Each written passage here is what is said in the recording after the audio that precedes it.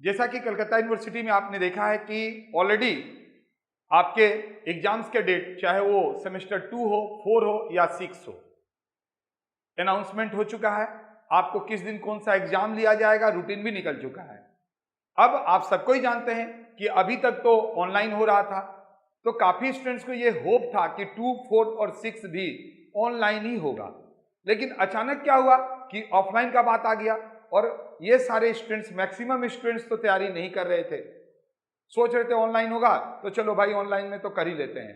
तो ठीक है भाई, अब क्या हुआ कि ऑफलाइन हो जाने से काफी रिक्वेस्ट मेरे पास आ रहे हैं कि सर एमसीक्यू को हम लोग कैसे करेंगे, क्योंकि एमसीक्यू का दुनिया तो बहुत बड़ा है, समुद्र की तरह है जहां पर इंडी नहीं मिलता है सर, तो हम एमसीक्यू कैसे करें।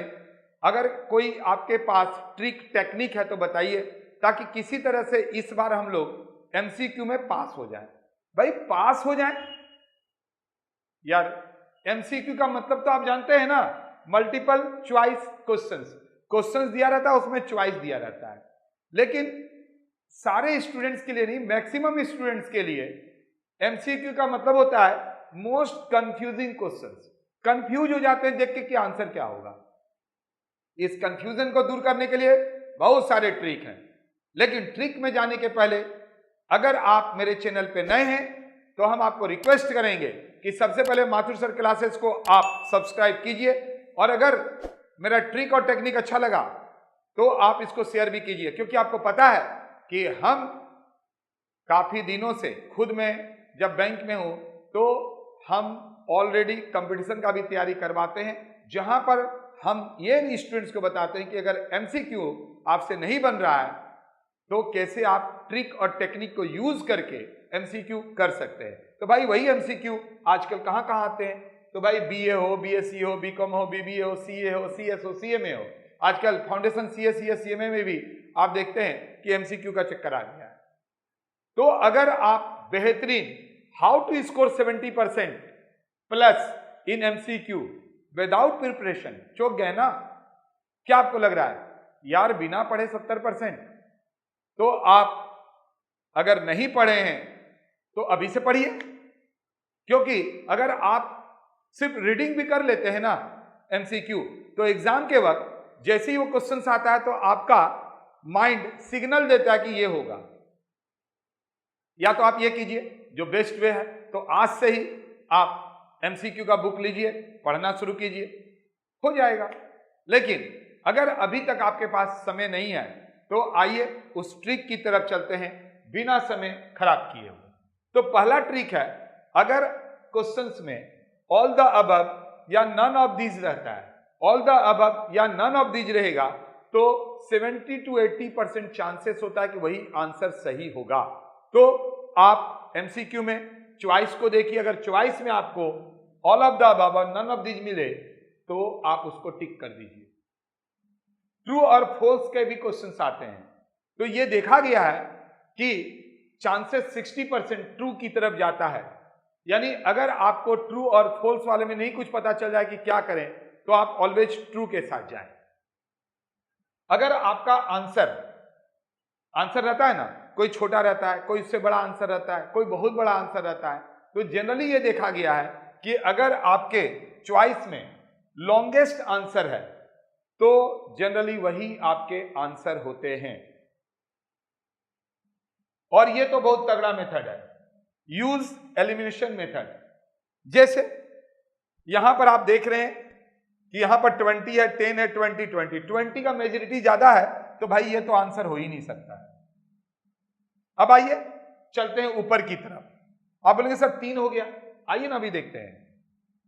ऊपर में देख रहे हैं आप 15 है, 12 है, 2 मरते 7 है, तो भाई 2 मरते 7 है तो 7 का ही चांसेस ज्यादा हो सकता है। इसी को एलिमिनेट कर दिए, बाकी को छोड़ दिए, यानी 20 तो नीचे होना ही चाहिए, यानी मेरा आंसर 7/20 आ सकता है। यानी आप बिना सॉल्व किए हुए भी एलिमिनेशन मेथड से, यानी आंसर से आंसर निकाल सकते हैं। कितना मजेदार बात है, आंसर से आंसर देखिए निकल गया ना। ये चांसेस 90% तक जाते हैं कि यही आपके आंसर होंगे। एंड लास्ट, इफ कंफ्यूज्ड, आप कोई क्वेश्चंस को पढ़े कंफ्यूज हो गए कि भाई ए होगा, बी होगा, सी होगा या डी होगा। तो ये देखा गया है कि मैक्सिमम आंसर का जो चॉइस हो सकता है वो बी या सी हो सकता है। तो आप ऑलवेज बी और सी की तरफ जाएं, कहीं से कोई दिक्कत नहीं होगा। अब आइए लास्ट हम आपको एक बात बताते हैं। आप बोलेंगे सर नेगेटिव मार्किंग है। यार नेगेटिव है तो क्या हो गया? आइए अब हम आपको लॉजिक के साथ सिखाते हैं। और आपको काफी लोग बोलेंगे अरे नहीं जानते हो ना तो छोड़ देना, और हम आपको एडवाइस करेंगे नहीं जानते हो तो करके आना, टिक लगा के आओ। आप बोलेंगे सर क्या सोचते हैं आप, आपका लक इतना खराब है क्या? आप अपने आप को बेड लक समझते हैं? यार जो मारेंगे वही सही होगा, ये एटीट्यूड होना चाहिए। अगर नहीं जानते तो क्या करेंगे? ये एटीट्यूड होना चाहिए कि हम बेड लक नहीं है, हमको तो ऊपर वाला लकी बनाया है, जो मारेंगे वही सही होगा। ये एटीट्यूड अगर आपके में पॉजिटिव एटीट्यूड है तो नो डाउट आप जो आंसर मारेंगे वही सही हो जाएगा। तो आइए हम आपको बताते हैं वो चीज को कि लोग बोलेंगे मत मारना और हम बोलेंगे कि नहीं आप कोई भी टिक को टिक करके आइएगा। ये सब चीजों को ध्यान में रखिएगा। तो आइए हम आपको प्रूफ भी कर देते हैं। मान लीजिए आपके 50 क्वेश्चंस हैं, 1 मार्क्स का है।